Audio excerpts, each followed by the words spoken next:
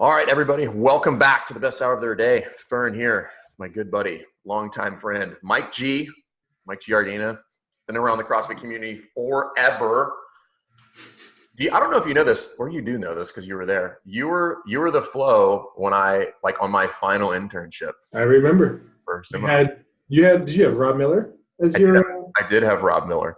Yeah, I totally remember. Dude, you were pretty fresh off of I don't know how fresh, but reasonably fresh off of an Achilles. Oh, that's right. Yeah. That's right. Probably maybe like a year and some change. No, less than a year, probably. Less than a year, because we're doing double unders, and I want to say you were just able to start doing them again at that point. It was at King of Prussia, right? Yep, that's right. I was super nervous because I had a little snafu in the level. Yes, the quiz. I still have not let myself down from that. Like, I still give myself a hard time about that. But I remember. If anybody wants to know the story, I'm happy to tell you some other time. But yeah, it was funny because we came out of the trainer meeting and you were walking on. You're like, man, it's just so refreshing to hear somebody just crush the progressions. And I was like, oh. Funny story about that. That's right. And I didn't get a heads up on it, which is kind of cool. It's like a fresh start. Yeah. I'm like, man, you crushed it, dude. That never happens. Well. But anyway. But yeah, so little backstory on Mike. How long were you on seminar staff? 10 years? A little bit longer. So officially, I was starting kind of that internship process in 2007. I think officially on staff 2008. So, 11 years. 11 years. And then multi-times game athlete on the team. Yeah, look, I showed up in 2008 because I bought the plane ticket for an individual. It counts, dude. Last chance qualifier in 2009 as an individual. In 2010, somehow, at that point, the game had already changed in 2010, but somehow I snuck in, and then I knew at that point that was the end. Individuals, and then 3 times team. I've peaked. This is it. Peaked. And now, dude, I'm on a nice. I'm just waiting for 60 plus, and I'm gonna go after it again. Not that it's easier. Then I just plan on outlasting the competition. That's the goal. I'm big on scaling these days. Like my barbell weight. Like, I really like 115. I don't care what it is, but just put 115 on the bar, and that's my whoopee. Dude, 135 is heavy now, man. Super 135 is heavy. Oh, we were doing some back rack lunges today, and I was like, God damn, this is heavy. It was a 135. I was like, I am despicable. This is terrible. But also a flow master for years, but it now is working for Assault Fitness. And so a little bit of what we're going to dive into today is a little bit of coach development, but what I think Mike has, which a lot of the listeners are going to really dig, is kind of some stuff we were talking about the other day, is digging into how to coach the bike and how to coach the runner, which I think is really, really cool. But before we get into that, is it true that I wouldn't say that you developed it, but that you discovered the butterfly pull-up? That's an interesting way to put it. Interesting way to put it as discovery, because no, I didn't start it. You guys, Brett Marshall. Everybody knows Brett Marshall. I think that's his last name, right? So I think that is last name. Yeah. Canadian dude? I think so. I don't know. But so I remember watching him. It was a funny story. If I remember his story correctly, is he didn't go out there and say, I'm going to do a pull-up that is like a butterfly, right? It's that somebody was trying to teach him how to kip, and he couldn't get it. And his version of the kip just kind of morphed into the butterfly. And I remember watching him and James Fitzgerald do a workout or something, and I'm like, dang, that's faster, more efficient in terms of energy. I mean, there's less movement that's going on there. It's a tighter movement. I need to learn how to do this. And it was like early days of recording with your phone. I don't even know what kind of phone I had. It was like a Blackjack or something. And, if you remember those. They definitely wasn't an iPhone in those days. And I recorded it, and I would just sit there and watch it and try it at CrossFit Atlanta. And he did it on like the cable crossover machine bent bar with like the. Oh, yeah. You know what I mean?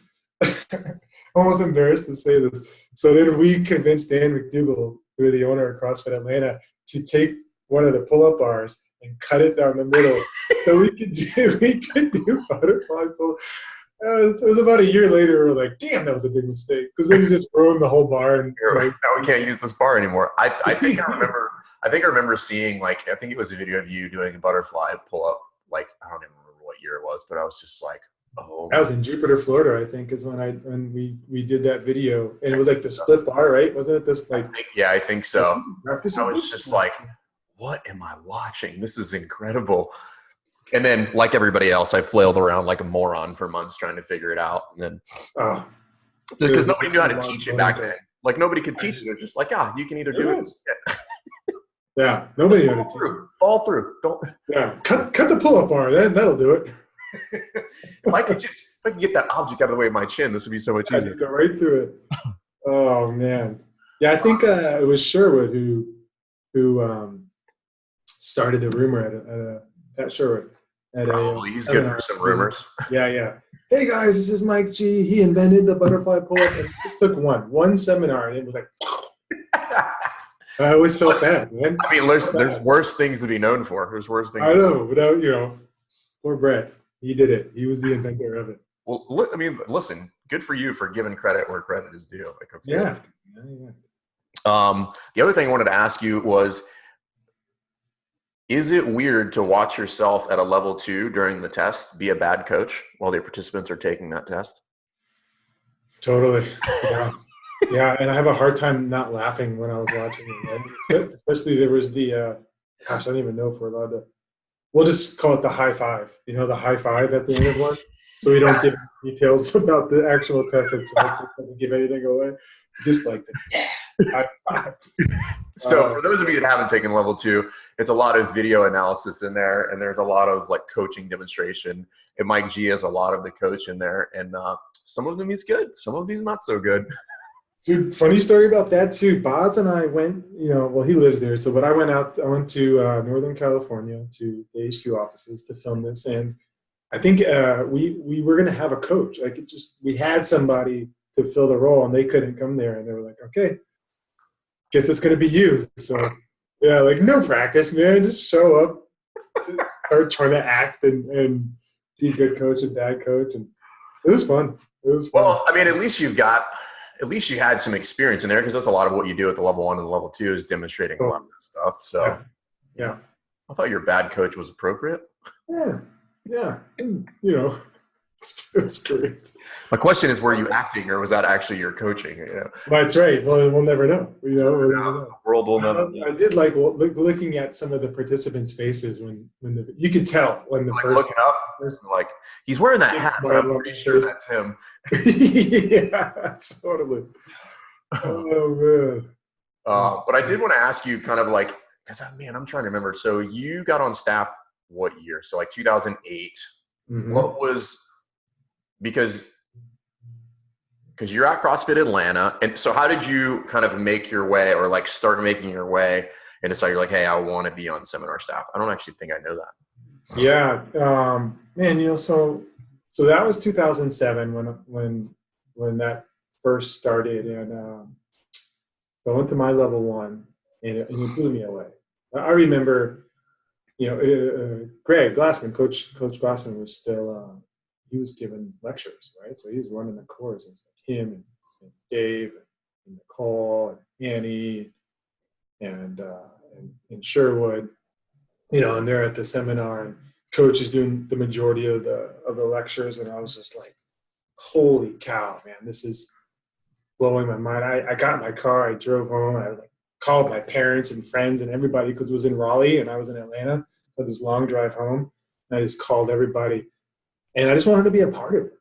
In some way, I wanted to be a part of it. So obviously I went back to CrossFit Atlanta and I started coaching. And at that time, seminars in the Southeast probably happened, I don't know, once a month or something. I don't remember, but the frequency wasn't nearly. That might even be a little high, yeah. Once in a couple months.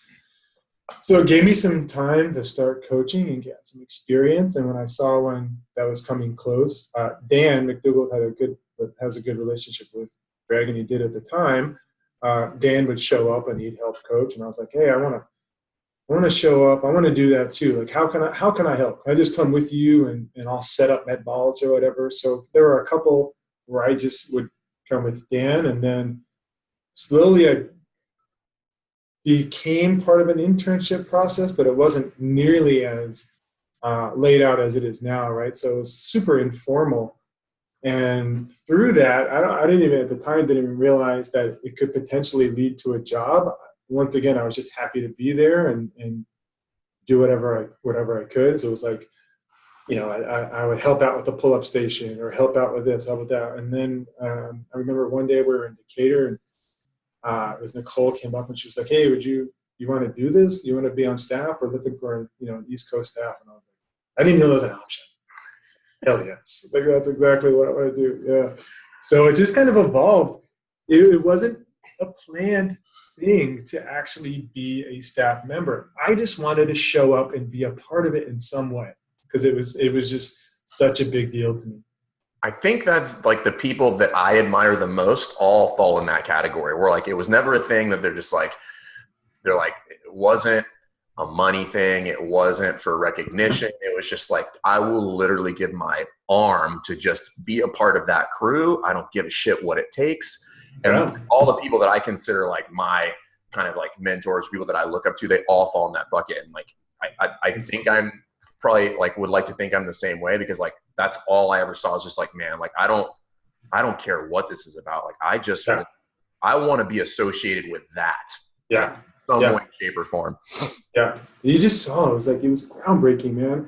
It's such an interesting thing to say it's groundbreaking too, because it's a lot of, the cool thing about CrossFit is it takes a lot of these different areas, as we all know, and puts them together. So but it's just groundbreaking in the science, the explanation behind it, the presentation of it, packaging of it, coach, the way that he could explain it and just connect with the audience, to see the like light bulbs go off in the audience. And man, I was just like, dude, this is changing people. This is changing fitness. It's changing people.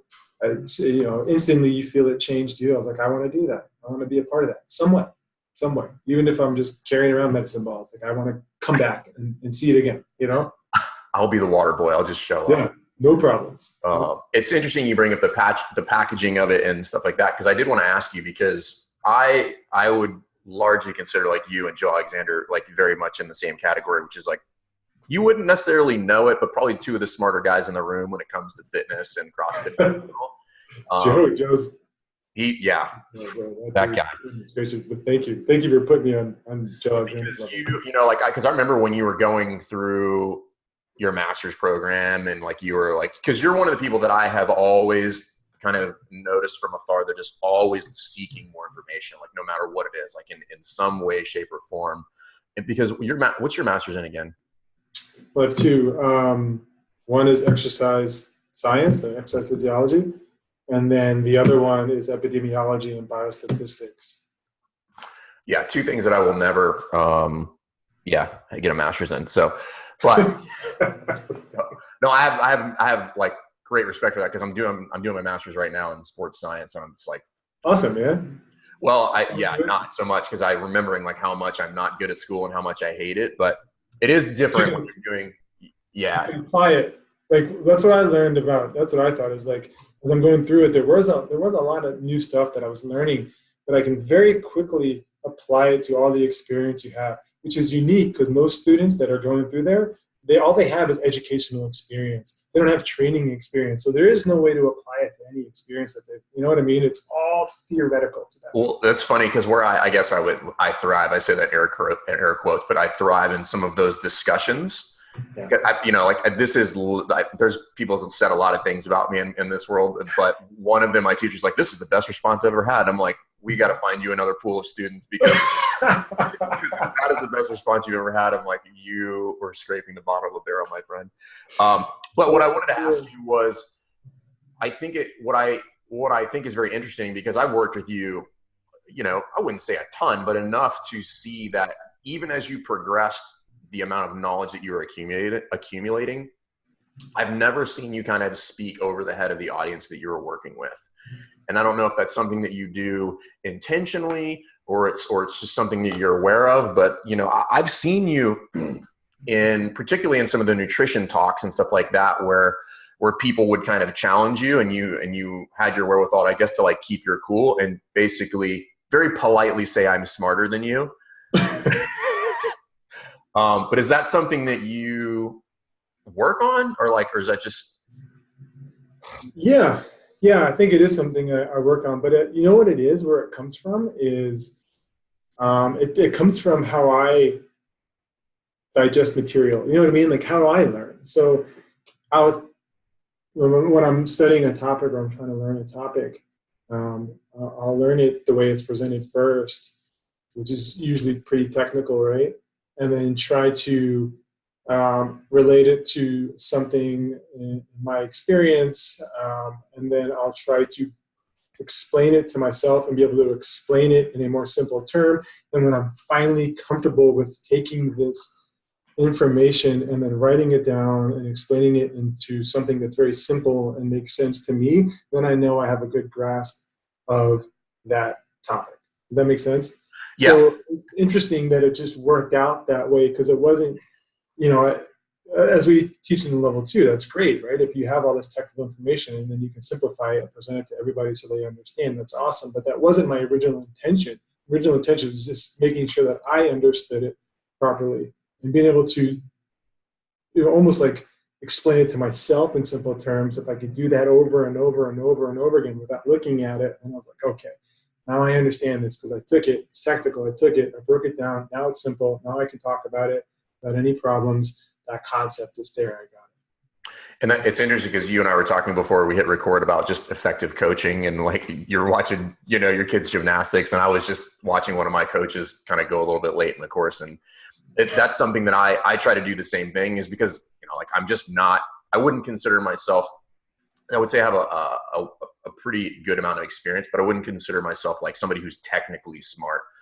But there are certain things where I'm the same way, where like I have to break that down into these really small bites. And then I consider myself to know something if I can explain it to somebody without using any technical verbiage, you know, like very much like we do in the level 2. It's like, okay, and that's coaching, but can you explain something like some of the mechanisms for insulin or diabetes? Like, can you take that and like explain it to somebody like casually at dinner and get them to understand it? Yeah, you know, I mean, that's the issue with some of those is you can do it. You're gonna miss some of the details, right? Yeah, for sure. Like, there's no way to do that casually, but I think the process of breaking it down to simplify as much as possible is the point. That's the thing. You just have to simplify. You know, the harder one sometimes is like, the thing about eating and diabetes now is, I think a lot of people to some degree understand the mechanism, right? The interesting thing with some of the chronic diseases like that is there's enough education now for people to understand the reasons why it's happened, the mechanisms behind it. It's just creating action now is the hard part. But, yeah, like getting people to do something about it. Yeah. You know, the harder one is like the ketogenic diet or something. You know, as we, you know, Bethany's my wife, we've experimented. We try to experiment with everything. When I was giving nutrition lectures at the level 1, a big thing for me was I always tried to have some experience in any popular diet within the CrossFit community. That way, whenever I was asked about it, I had the information. I would study it, and I'd have the technical information, but I'd also have the anecdotal evidence. I'd kind of match that up and give my experience, and I always felt like it was a better answer if I could, you know, to a question if I could do it that way. So, but then taking somebody like a family member, if I go visit my mom in New York and they're like, hey, what's the ketogenic diet? And then I'm trying to explain that's where it can kind of get tough. You know? Yeah, somebody who's not in the fitness or nutrition world at all. And you're like, damn, I thought I knew this, but I definitely didn't know this as well. Like, yeah. And you can explain it, but the simplification is the hard part. You're like, well, you know, you use fat, and then the liver's making ketones. They have 3 different types of ketones. And like, Don't even know what you're talking about. Yeah. You lost me. Yeah, your parents are like, all right, well, we're going to go out now. Yeah, but you can say things like, you typically use glucose, and what we want to do is we want to have less reliance on glucose, and you're going to use fat. Fats are going to create this other fuel source, and this other fuel source can be used for almost anything that you do. You can you can simplify it to some degree, but it's trying to simplify it and show the utility behind it. And that's kind of on that note, just because I know you're a big reader, just all types of stuff, is there either fitness or nutrition book that you would recommend that coaches read to basically to up their technical knowledge, right? So we know we don't want to talk that way, but like, is there something that a book that they could read, even if it's like a textbook, that they could start arming themselves with information to have those conversations? Because one thing I do think a lot of folks in the community don't do very well is we get in this CrossFit bubble and there's only CrossFit. And I'm like, listen, man, there's a lot of stuff out there and you need to be able to speak to as many of these things as possible, because believe it or not, there is a lot of crossover between like what other people are doing and how they're training and nutrition and stuff like that. Yeah. But we tend to get blinders on because CrossFit is so effective that we ignore everything else outside of that bubble. And you're just like, no, CrossFit. If you ask me, like, CrossFit is the way. Eat meats and vegetables, nut seeds, and all that stuff. But sure, I should still be arming myself with as much information as possible. Like, is there anything that you've read in the years you're just like, this is good information? What's interesting about it? That's hard because with nutrition, I don't know if there's ever one thing where I was like, this is the one. The one thing that's helped me is trying to read a little bit about all sides and never be so nailed down the one side that you're unwilling to read or learn from somebody else. And I'll tell you a good example of that is somebody who has some things in common with maybe we would call CrossFit nutrition, right? But other things that are not is a guy named I'm probably going to butcher his name. I'm sorry if he ever listens to this. It's like Stephen or Stephen Guyanet. You ever heard of him? I think it's Stephen. Yeah. He was on Joe Rogan with I know who you're talking about. Yeah. So he always says a lot about. I think it's DNA. DNA. Yeah. He has a very interesting approach to how the brain is the culprit behind obesity, and I really enjoyed reading that because I think he's a neuroscientist, like a neuroscientist. And so obviously he's way smarter than this than I am. So for me to say I think there's something to this, I mean, that sounds pretty stupid on my part, but obviously there's something to it. But there was something about it that like this really resonated with me when I started looking at personal experience with people that we've trained and talked to who had some type of, it's called food addiction or obesity or chronic disease, that had all the education and all the information that they needed. It's really hard to get them to convince themselves or their brain to do the right thing, But that's just one example. I think I don't think there's any one book that I could suggest. My suggestion was don't rely on one book. Don't rely on one book. I like it. Find something in the super low carbohydrate realm. There are some great people out there. You look at Rob Wolf's stuff. His stuff is great. You look at like Dr. Lustig's. This is really good. Like I said, say his name again. I think it's Guyanet. Probably butchering it, but I'm pretty sure it's Stephen Guyanet. Yeah, this book is great. Obviously, Todd's stuff is good. It's amazing, and everything from good calories, bad calories to what was that his last one? Sugar. Is it why we? No, if there's one after that. Anyways, you'll see his list of books. So the main thing is, and even if it's low carb, man, if there's somebody out there that, here's one thing I know, processed food, if anybody's promoting processed foods, I would probably stay away from it, right? I mean, I don't think there's anything, there's nothing that's convinced me that you should eat processed foods and it's going to be healthy for you. So I think, and that's what I think is so great about CrossFit's nutrition. What they promote in the course is, eat meats, vegetables, nuts, seeds, and fruit, low starch, no sugar. And within there, man, like if you're eating vegetables, you're eating fruits, you're just eating whole foods, like that's gonna cover. Imagine if everybody just did that. Probably wouldn't have chronic disease. About like being under 30 grams of carbs per day or 100 grams. It was like, hey, you know what, dude? If you're eating berries and broccoli to get your 100 grams, awesome. We're gonna be okay.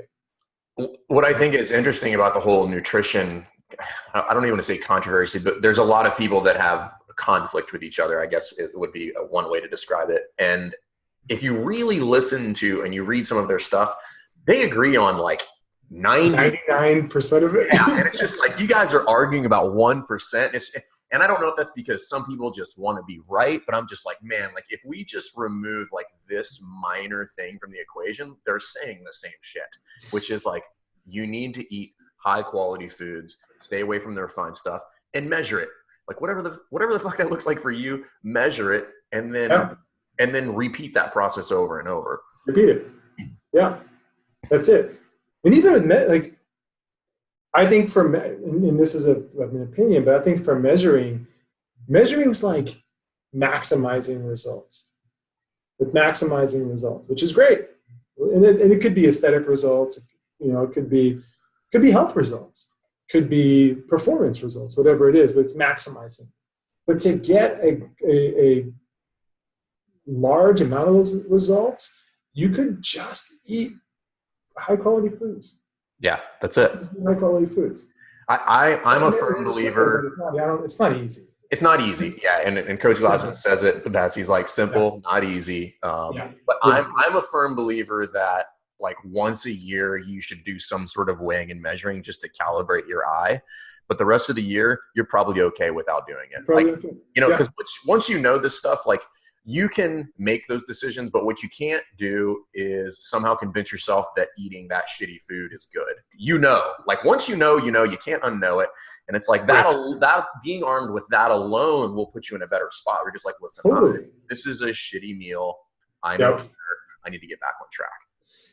I think there's something to be said for that, right? And then at that point, it's your decision. It's like I can eat this shitty meal. I know it's a shitty meal. Tomorrow, I'm back on. Yeah, for sure. One of the principles, and I don't think this is for everybody, but one thing that I've kind of been practicing lately that's helped out is I've kind of shied away from strict keto for a while. And my gross carbs and net carbs are higher than they have been for probably the last couple of years. But I've reduced my eating window. So it's kind of an intermittent fasting thing, but it's not the same every day. It's just kind of by feel. So it's usually somewhere between 16 hours of fasting to like 22 hours of fasting. And it really just depends on what's going on during the day. And sometimes it's not even that much. Sometimes it's a little bit less. And I also, there's that rule, just kind of reduce the window. And then 2, don't eat 3 hours before bed. And those 2 things alone were amazing. Okay. So what kind of results you can get from that? Because 1, it's harder to make those bad decisions with that reduced window. I make better decisions, control quantity a little bit more. I'm not hungry in the morning anyways. And I've lost this reliance to food. I mean, how many years have we heard about the every 3 hour you should eat thing, right? You remember like how like you have to ramp up your metabolism, eat every 3 hours. Like that's drilled in us, man. There are people that are still saying that stuff. And you know what I mean? Like I just don't agree with that. I don't think you should eat by a clock. Nobody eats by a clock. No animal eats by a clock. Like, that's not the way that we work. No, there's nothing that says that any animal should eat at a certain time, time span throughout the day. And I think that like carried over for many years, even into CrossFit for me, where it's like, oh God, been 3 hours, man, I need a snack, I need something. Like if I don't do that, I'm not going to perform well. I'm not going to do this.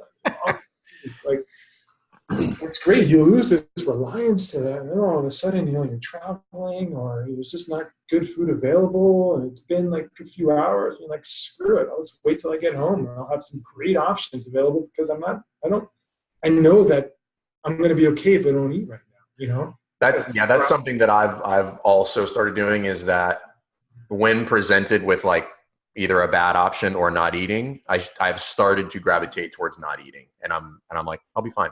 I won't die. You'll be fine. I'll be all right. I think there's obviously a physiological mechanism to hunger. Totally. I mean, we can't deny that, right? Of course there is. I think there's a mental side to hunger where it's like we're just used to eating. And when you miss that meal, like mentally, your body's like, no, you gotta eat, you gotta eat, you gotta eat. Yeah, it's habitual. It's just like, yeah. And I feel like it creates like a physiological response. Like you feel so hungry. But once you break that, then all of a sudden, like today, man, I didn't eat this morning. We worked out. We had a couple of meetings and stuff. And it was 2:30 or something. And I haven't even eaten yet. But you're not hungry. You're not relying on it. It's like, okay, now I have this chance to eat. I'll eat tonight. No big deal. I do that on the regular in the affiliate. Like if I don't, sometimes I really just enjoy breakfast. So I really try to eat breakfast if at all possible. Like I just like eating breakfast. But I'll regularly eat breakfast, go to the affiliate, coach a couple classes, do some stuff around the gym, do some consult personal training, work out myself, and then get home at 7:30 and be like, I've been eating in 13 hours. Like, I didn't die. That's weird. It'd be interesting if you had like a blood ketone measure, like a when I kind of like looked at it, I was like, I'm kind of accidentally doing intermittent fasting, and like my same. I did an in-body, and I'm not training a ton right now, but I did in-body almost a year apart, and my metrics were almost identical. I think I was off by like 1% and a couple pounds. I think it was like 2 pounds and 1% body fat. So you're within error. You're within error. Yeah. That could have been time of day. Yeah, totally. How much? Did you have a little bit more water or not? For sure. Yeah, it's interesting. And like I said, I don't think that's for everybody. That's just something that I've been toying around with, and it's worked really well. And the interesting part of that is for the first few months when I was doing this, I would do some blood ketone measurements daily, and I was within therapeutic ketosis. So I was like at a 1 millimole ketone level in my blood. So it was interesting to not focus on it. And, I was eating quality food, but not really worried about how many carbs I was getting. But then I'd have this reduced feeding time and then all this time of fasting throughout the day. And I was still producing a reasonable amount of ketones. I mean, pretty close to what I was producing when I was like deep in ketosis. Yeah, the human body is amazing. Well, it's like that overused term, I think, right? But there is something to it in metabolic flexibility, right? I think you toy around with things enough and you expose your body to enough. I think there is some metabolic flexibility where it's like, okay, no food's coming in. We have an alternative fuel source for this, so let's use it, right? Let's switch modes and get it done. Totally.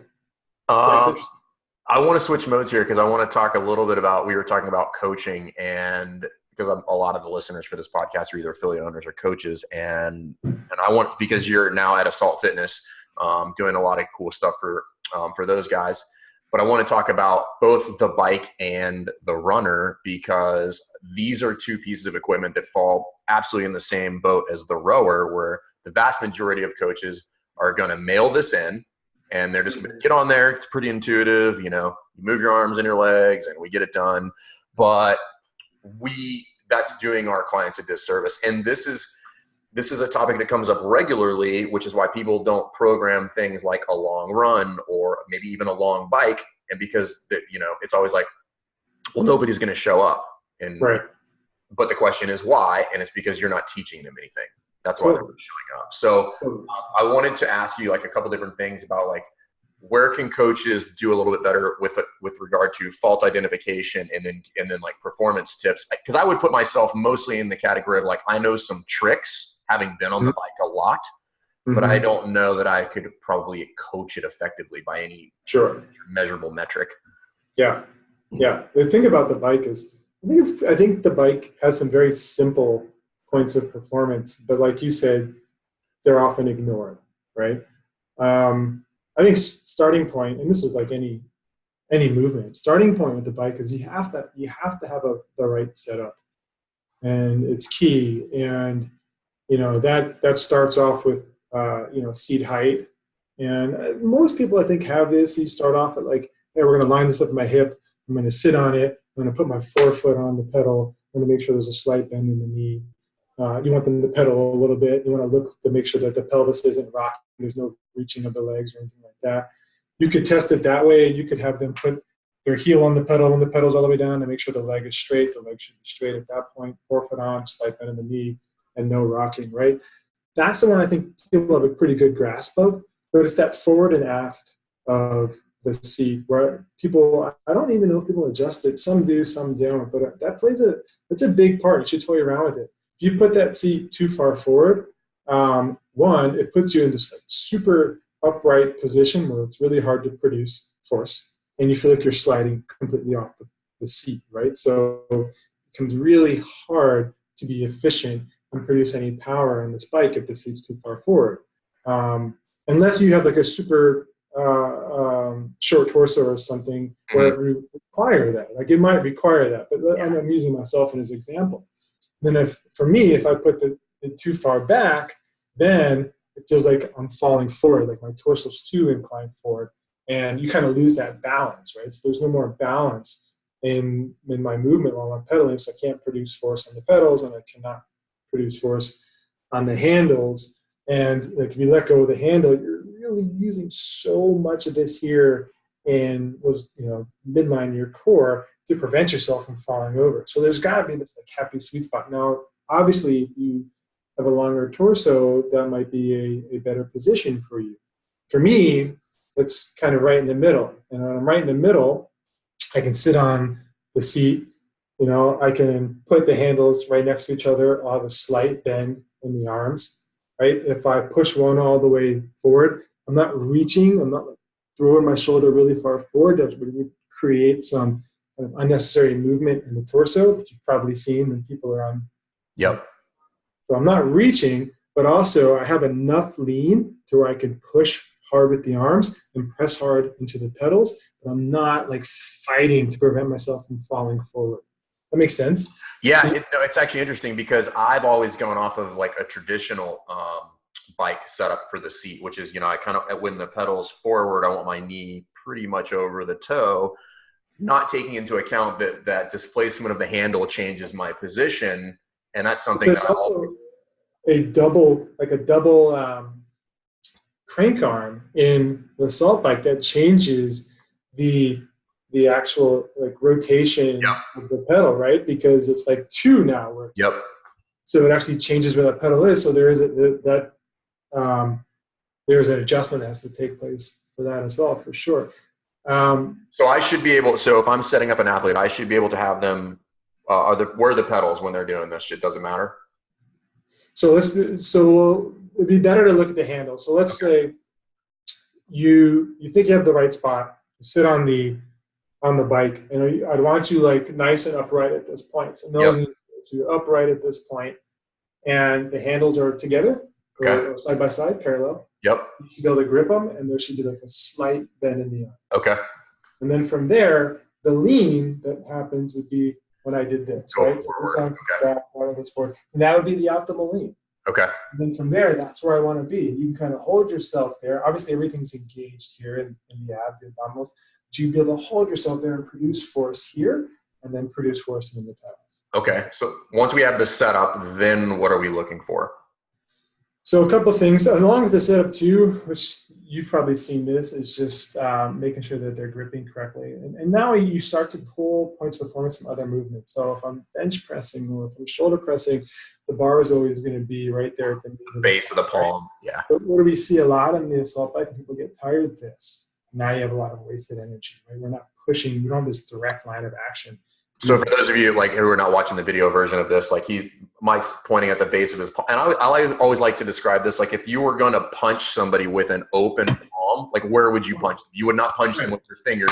You would punch them with the base of the hand, and that's where we are. That's where you want it. And sometimes, depending on the workout, if the workout itself has a lot of pulling, I'll keep my fingers off, and I'll just focus on the pushing part so I can get that direct line of action from the base of the palm. Got it. So point one. Another point would be, elbows, like where are your elbows and what you have, what are the shoulder position? Right? Everywhere. That from what I've seen on the internet, they just flail wherever. Flowing, elbows up, and we've never there aren't a lot of movements that I've ever seen where we want like a massively internally rotated shoulder and the elbows flaring really high. You know what I mean? It's just I mean, maybe swimming. I don't know. Like, I think even swimmers. It's not like this. Yeah. Anyways, so we would want the elbows closer to the body.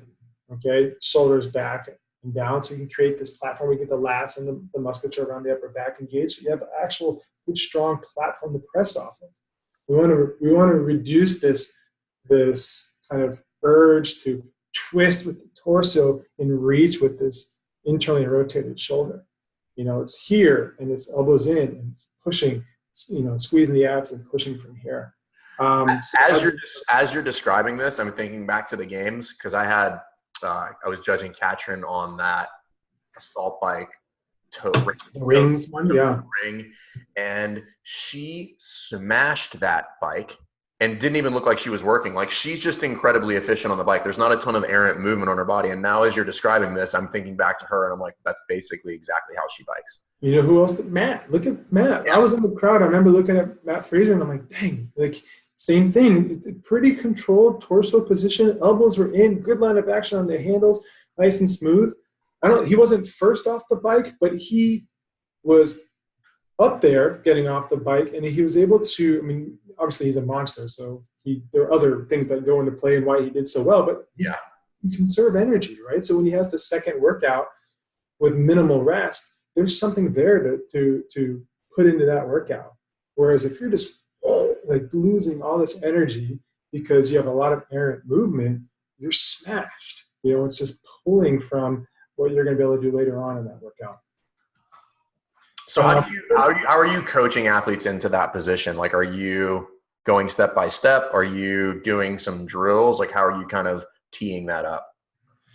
So yeah, I think step by step is always the key. So, if I were coaching this, we would obviously get them the right setup position. And then, we could just work on some arms only to make sure that the elbows are in and we got a good line of action or a good drive from the heel of the palm, from the base of the palm, just working on there. I do that a lot during the warm-ups is I'll have them go like 30 seconds legs, and then I'll have them take the legs off, put them on the pegs, and just work the arms too, just to see if anybody's doing anything crazy. Yeah, same thing with pulling. Keep the elbow closed. It's like doing a dumbbell row. You take the points performance of like a dumbbell row, right? Keep the elbow closed, keep the shoulders back and down so you have that solid platform to pull against. So it's the same thing with pulling. And pedaling, pedaling's a little bit different. Pedaling, you might just have some subtle differences in technique based off of the workout itself. I think generally in an assault bike, because you don't have clipless pedals or anything like that, you have just a flat pedal. The focus is like 12-5, right? Like you just push down and you can create that kind of circular motion, but the focus, the drive is on that 12-5 motion. That being said, if I'm sprinting, and you should try this, maybe you already have, but if you're sprinting, if you just think the tiniest amount about unweighting that trailing leg, things tend to speed up a little bit more. You tend to conserve a little bit of energy. Okay. It happens. It's not something that I think has to be thought about much at like a more of a moderate pace. But when you're going at it and you're sprinting, it's that slight unweighting of that trailing leg that puts you right back into that next pedal stroke. I like that. Works really well. But they're simple. Those are just the simple things on the bike that I think you can teach to an athlete, and you can coach with your athletes to get them more efficient, have them conserve a little bit more energy, get more work accomplished. I mean, what are we always pairing this thing up with? Squats and pull-ups and all these things. And it's like, maybe you smash yourself on the bike. You have nothing. If you conserve a little bit of energy and get that work accomplished and then put it into the barbell, awesome. So yeah, that's kind of the simple coaching of the bike. And I love how I love, and this is obviously what good coaches do. You took movements that people already see a lot of, right? So you talked about the dumbbell row. You're talking about keeping the elbows in tight. So we're just taking those good movement patterns that we want to see elsewhere. We're just applying them to the bike. And so the question you ask yourself as a coach is, would that be acceptable if they had some sort of weight in their hand or a barbell? And if the answer is no, then we need to try to correct that. Do we want them over twisting the torso and moving really on it? Like same thing if they were running, which is what we're going to talk about. Like I don't want a massive amount of torso rotation when I'm running. It's crazy expensive, and it's no different. Right. That's right.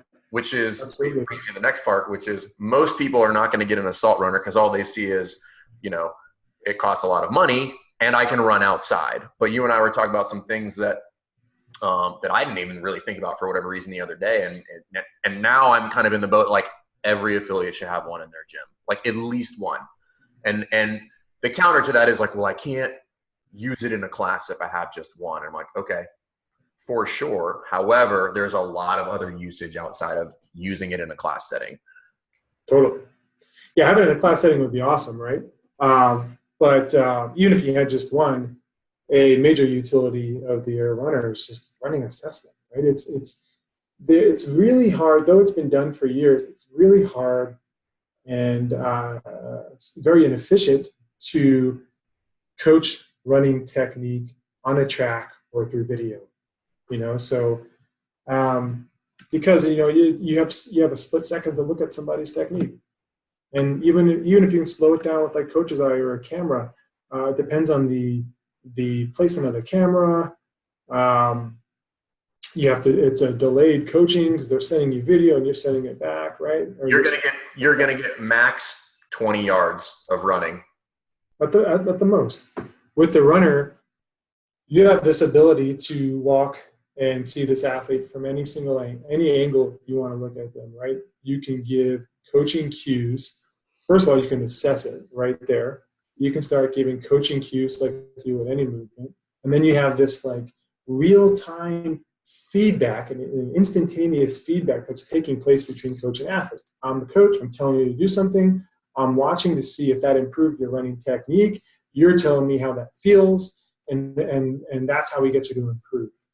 Right? So that alone makes it super valuable to the gym. Let me give you an example that was really cool because now we're talking about coaching, one athlete on the runner, but we had Nuno Costa come up here on Friday just to do it. Yeah, he's been on the podcast.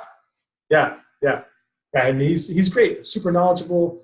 Running awesome is his jam. Like he's like that's his shit. Totally.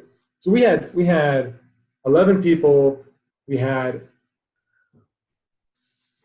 5 at a time on runners. He's walking around. He's assessing all 5 athletes and then putting us through some drills, coming back, reevaluating 5 athletes at a time, giving some good coaching cues, watching them improve. Then he puts us through a running workout. And during that running workout, he's constantly coaching and helping our athletes improve. And he had the before and after video. It's a 1.5 hour clinic. You have like 11 or 12 athletes there, and every single one of them had significant improvements in either torso lean, how quickly they pulled their foot off of the tread, were they reaching versus landing in the right spot. And these are significant improvements to running mechanics across a large group of people that happen in 1.5 hours.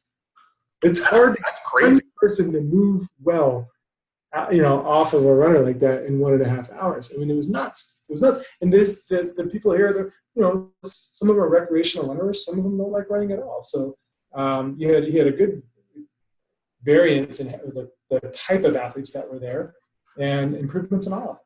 That's super cool because we are probably a little bit. We have 5 at our gym. That's awesome.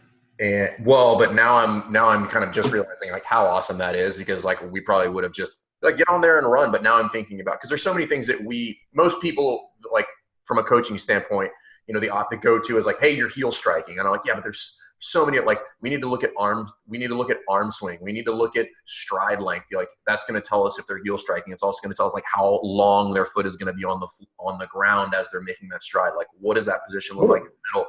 What is their torso rotation? Are they like this? Are they one of these military guys who spent 20 years wearing kit and they naturally run like that because that's a default mechanism to shift load when they're running? And how to correct that athlete from doing that? Because we have a lot of guys like that. And I'm like, myself included, for years, I'm like, I got to stop running in this big shift because it feels better if I'm loaded with 50 pounds of shit. Yeah. But I'm thinking about that. I'm like, dude, this is, and then pacing as far as like, if you have the ability to have like a metronome, which you can pull up on your phone and look at people. Oh, absolutely. Cadence is huge. Cadence is huge. You know, one of the questions we had at the running clinic, it was, how do you prevent, because people were like slamming their foot into the ground, right? And they were like, well, how do you prevent that? You teach cadence. You know, once you start to up their cadence somewhere around that like 170 to 190, you start to get that cadence go up. It's really hard to slam your foot into the ground. It's almost impossible. Like you can, right. like you can't do it. Like you have to pick your feet up so quickly to maintain that cadence. Like it's just like, yeah, and some people are like, well, you just tell them to go faster, and like kind of, but not really. Like you can up your cadence without, you can still smash your foot on the ground at a pretty high cadence if your stride length is a little bit too long. Totally. And the thing about the stride length thing too on the runner is people do it, but it punishes you. You cross the runner and you're like, oh my gosh, my hamstrings and glutes. And it's like, well, dude, you got this heavy ass tread and you're gripping the tread way out on the top of that curve and pulling it down behind you. You know what I mean? It's like, come on, man. The idea is to land in the same spot. The cool thing about the runner is because you have this curve, right? You have this curve right there. You look upright, but there's already a lean taking place because the lean happens at the ankles, right? So when you're sitting in the right spot on the runner, you already have that, your ankle's already like this. You already have that ankle lean taking place. So, if you're standing on a runner, it moves. If you're standing in the right spot, it moves by itself. Yeah. Because you got the lean already going on. You're on the tread. And if you're holding onto it and you lean like this, you just bend over, it doesn't do anything. And if you lean more at the ankles, that thing will shoot off behind you. So it get away from you real quick. It'll move really quick, right? So it teaches you how to lean correctly, which is really cool. And then from there, you just teach your athletes, well, you're already leaning, this tread's moving. What's gonna take less energy? Grabbing it and continuing to push it behind you, or just pulling your foot off and getting to the next support, right? Well, I was running some intervals this afternoon. I was just doing 400s and 200s. And because I was thinking about our conversation, but even if you didn't have a coach, a ton of the real-time feedback you're going to get as an athlete on the runner is super valuable. Like if you find yourself constantly moving backward and forward on there, like you basically need to work on a lot of different things. It could be stride length, it could be cadence, but you can play with that real time and get all of that real-time feedback that I'm going to be able to transfer immediately to the road. Oh, absolutely. Absolutely. Yeah, even without a coach, for sure. Gosh, I was going to say something else about just some of the experience we had on it. Are there any drills on there that you've found that kind of help people, I don't want to say correct, but like start to get that light to go on about like what kind of that running technique should look like? Because it's not necessarily self-correcting, but it is kind of self-correcting when you get on there. Like it's really expensive to run shitty on the air runner. Oh, it's super expensive. I think the biggest thing is just learning. One of the biggest things is keep it as simple, right? I think one thing that helps most people is something as simple as telling them to run tall, because the minute you hunch over on the runner, you're most likely going to overstride, right? And both those things are going to be super ineffective and costly on the runner. So something as simple as run tall, because you're already on the incline. It's already forcing you to lean from the ankle. So I don't need you to lean by bringing the shoulders forward. I just need you to be tall. So, and what's interesting is when you look on video, it looks like the torso is straight up and down, but it's because of the curve of the tread, like I said before. So you force them to run tall. It teaches them how to run tall. Looking forward, because what are you going to look at? You're going to look at the console. The minute you look down like this, it starts to pull everything forward, So you want to be looking, you want to learn how to have your head straight and look down with your eyes at the console if you ever need to look at the console, and pulling your foot. Because once you do that, once you're leaning correctly and you're nice and tall, you're looking straight ahead, that tread's going to move. It's going to start moving. So you just have to learn how to pull correctly. It's funny. It's funny how it works, because you can tell on there when you, like I was thinking about it today, like I can tell when I got into a good stride and like I was getting my feet up when I should, like, shockingly, it was easier. Exactly. Yeah. And then the challenge is like, okay, like how do I maintain this? Because that's always been, I guess my argument of like some of the pose positions, and I'm not saying pose is bad, but like I'm just not sure like how sustainable that is, like as I stretch the distance out. What's interesting about that is from all the reading I've done on running, there are some things that technique-wise are like that everybody agrees on, right? Yeah. And then there's like one main thing that's we don't agree on. And that's like heel strike, midfoot strike, forefoot strike.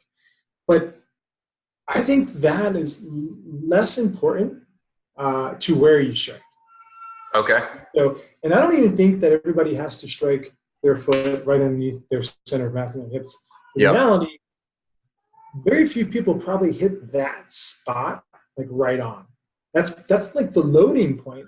But what I think is probably more important with running is that, you know, there's this spot where you want to land where the knee is bent. So you're landing, and the knee is bent. If your foot's in front of your knee, you got some problems, right? Now you're talking about jamming your foot in the ground, creating this braking mechanism, having the shock of that impact going up bone instead of muscle. But if you can get the foot at the very least, under the knee or closer to center of mass in the hips, that's going to be your sweet spot. And maybe it's a range about that much. Yeah. And with some of the research I've looked at recently has shown that a lot of people that are hitting their heels in that spot are not creating a lot of impact with the heel. It's kind of like they're kissing the ground with the heel, and the majority of the loading happens when the foot rolls to midfoot, and then they pull their foot off the ground. But now that I'm thinking about it, if your heel hits there, it can't be on the ground that long anyway.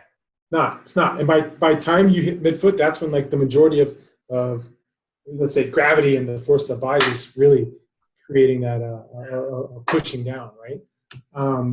So that's pretty interesting, because then at that point, you know, you start to read about high-level triathletes and even marathon runners that start off with a forefoot strike and then end with a heel strike, but where they strike never changes.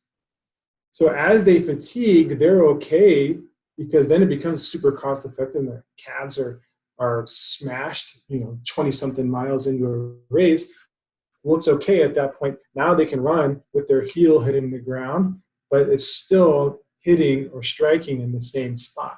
And I think there are quite a few high-level marathoners and triathletes that will switch throughout their race from a for me, that's one of those ones that's kind of like the running, and I'm like, there's good runners, and there's a lot of what you said is like the majority of the mechanics are where they should be, and then there's like these weird little, I guess like flavors that people put on it based on their biomechanics and anthropometrics and all this stuff. Just like weightlifting, right? It's just like there's some key things we want in weightlifting, but after that, I'm like, you're going to see a lot of people that are gold medalists with a slight bend in the elbow, or maybe they're pulling from the toes a little bit earlier, and I'm like, listen, when you get to that point, that's just personal preference at that point. Totally.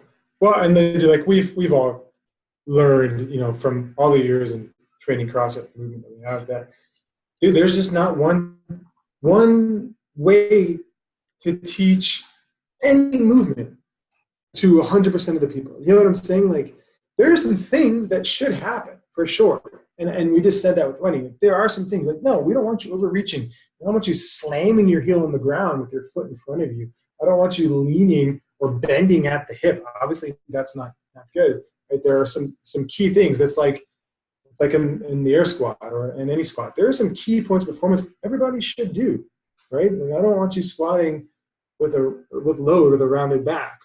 But there are some things that maybe are that we can argue about a little bit. One of them being, your knees come in a little bit. Should they always stay out? Like, I don't know. Some athletes can obviously lift when their knees come in. And here's a funny quote, man. I'm sorry, I just completely went off track. But so I'm going to butcher this quote, but I've always thought about it. Travis Cooper, high-level weightlifter in the Southeast. Luckily, we had him at CrossFit Atlanta. And he trained our team when we were competing in Olympic lifting and really helped us out. But anyways, he went out to California, and he was training with a really high-level Olympic lifting coach. And I don't remember what country this guy was from, but he was super high-level Olympic lifting coach. And he said that they were allowed to ask this coach a question. And Travis said, who have you who out of all the people you've coached, who had the best technique? And he said, the guy who had the most weight on the bar. And I was like, totally, right? You can't argue that. Dude, if you're the fastest person in the world, you're lifting the most weight in the world, you're the best CrossFitter in the world, like whatever it is, man, like, hey, you're doing something right. You know? And I bet you if you take all those guys and there's going to be a couple little nuanced things that maybe don't fit perfectly, but 99% of their technique is right there. Yeah. But we hold on to the nuance, right? It's like, God, knees out, like, yeah, but look at everything else is great. Everything else is the way you teach it. It's like his knee train. I'm like, yeah, he's squatting 300 kilos, so maybe he'll probably be all right. I'm sure he's fine. I'm sure he's gonna be all right. Yeah, it's just a funny thing. I always remember that. Yeah, he was the best technique. Whoever finished first. Yeah, totally. Yeah, absolutely. And you tend to see it, right? I mean, look at the athletes on the men and women's side, even at the games, who have won. They all move well.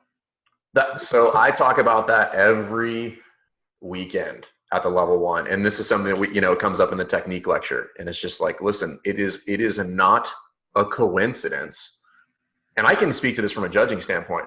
The winners, from a judging standpoint, they are not a problem.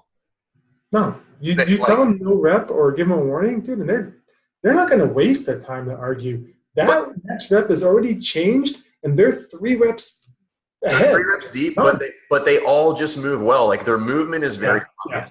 It's just like, oh no, that was a good squat. Nobody's out there with a protractor on the winners. Be like, I don't know if that was below parallel. And I'm like, no, you just don't have to talk to those guys. They just move well. So when you look at that and you're just like, no wonder you're not as tired as everybody else. Like you're just more efficient than everybody else. And Hinshaw Coach Hinshaw talks about this too, is like they move well. And then something that you can learn from both the bike and the runner is they understand pacing. Right. They understand pacing. And that's what I was saying to you before the show started, is like, even with one thing that I've noticed a lot with my training lately, and I don't train for anything other than to try to be the fittest person in your house. Yeah, exactly. Which I'm not, which I'm not. But I'm trying to get back under the top. But anyway, so I started running. I wanted to start running again back in April because I used to enjoy running. Before I was a CrossFitter, I was a triathlete. I loved running. It was meditative. I'd go out for a run and come back, and I was like, oh, it's amazing. Quickly I lost that. And for the last, 12 years or so, I would count every step. Every step I'd feel, and I hated every step of a run. And it was fine. I'm like, man, I miss just going out for a run. And we're in freaking California. The weather's beautiful. We have trails and good road in the beach and all this stuff. I want to go out for a run and actually enjoy it. So started running more, took Nunu's coaching, and run 3 days a week. And obviously that improved, right? And I enjoyed running again, and all my running performance has shot up.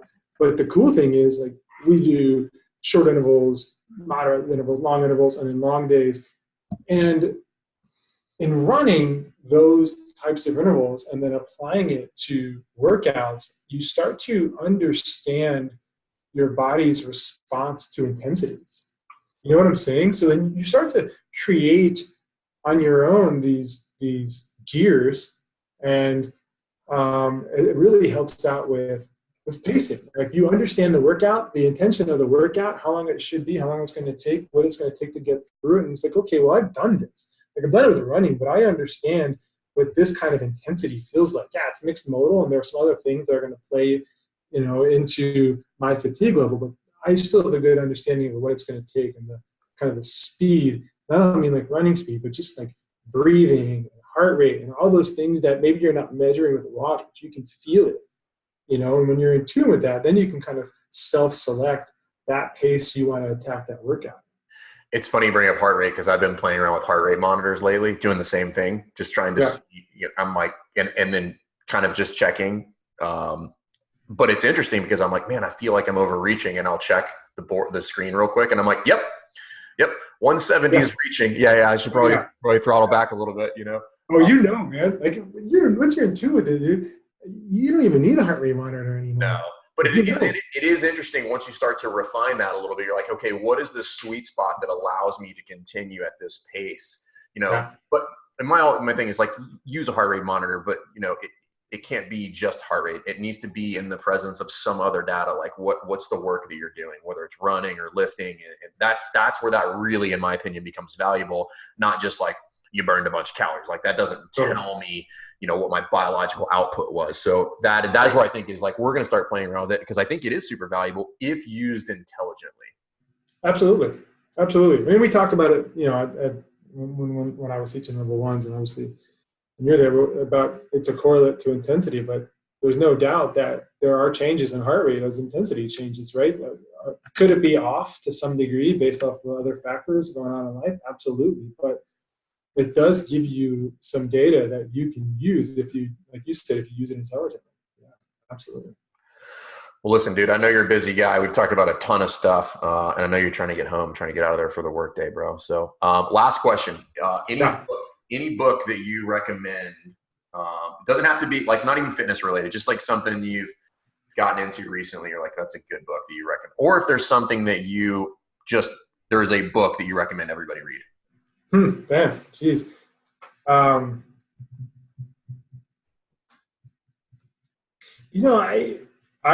This is going to be way off topic, and it's not going to do anything for our readers other than entertain them. And I think most people, or a lot of people, have probably read it, but I got into the Dave Castro kick of fiction, man. So this is going to be totally off training topic. Oh, that's perfect. It's educate and inspire and entertain. So we got to check that box. Yeah, for sure. So Dave at one of the Flowmaster meetings, I don't remember which meeting it was. It was last year. He gave us all a book, and I read The Pearl, and that was great. It just kind of was a starting off point.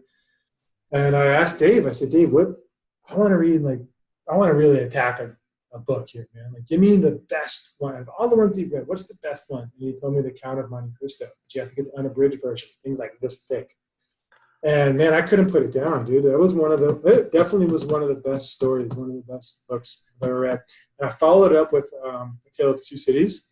Ooh. Which is really good. It took me some time to understand or follow Charles Dickens' kind of language and writing style a little bit. A couple of chapters before I was like, okay, now I know every time what he's talking about. But those two books, I guess for me, and for anybody, dude, how often do we read articles or listen to podcasts or watch videos on something technical about training, nutrition, this or that? And man, how refreshing is it to read something and just be entertained? Just check out. What's gonna happen next? What's gonna happen next? Yeah. I don't remember the last time I read anything like that. That's really cool. That's something I need to do better at. I tend to read a lot of the same stuff, like whether it's business. It's great, right? It's our business, right? It's our business. But I do think there's something to be said for being able to detach. And this is completely anecdotal, but I think the mind needs that. I think it does, and I think you learn without realizing it some awesome communication skills by reading some of those classic novels, right? I think there's a lot that you learn there almost subconsciously without realizing it, that you can apply to relationships and talking to other people. So maybe it does help with a certain skill set that is useful in our jobs, But yeah, it's fun. I'm gonna get some fiction. I'm gonna get some fiction reading on there. All right, guys. If you guys need to get a hold of Mike, he is on the IG. Also, you can hit him up and follow some stuff. If you guys have not looked at Assault Fitness, they have, and you're looking for programming, they do offer a lot of programming on there. Just like I subscribe to the emails, and we try to sprinkle some of that stuff in there in our programming. So check those out. But you're gonna be way better armed to coach the assault bike, to coach the air runner, and improve people's fitness. So, dude, it was great catching up. I really appreciate your time. Awesome, man. Thanks for having me on the show, dude. This is great. Awesome. All right, brother.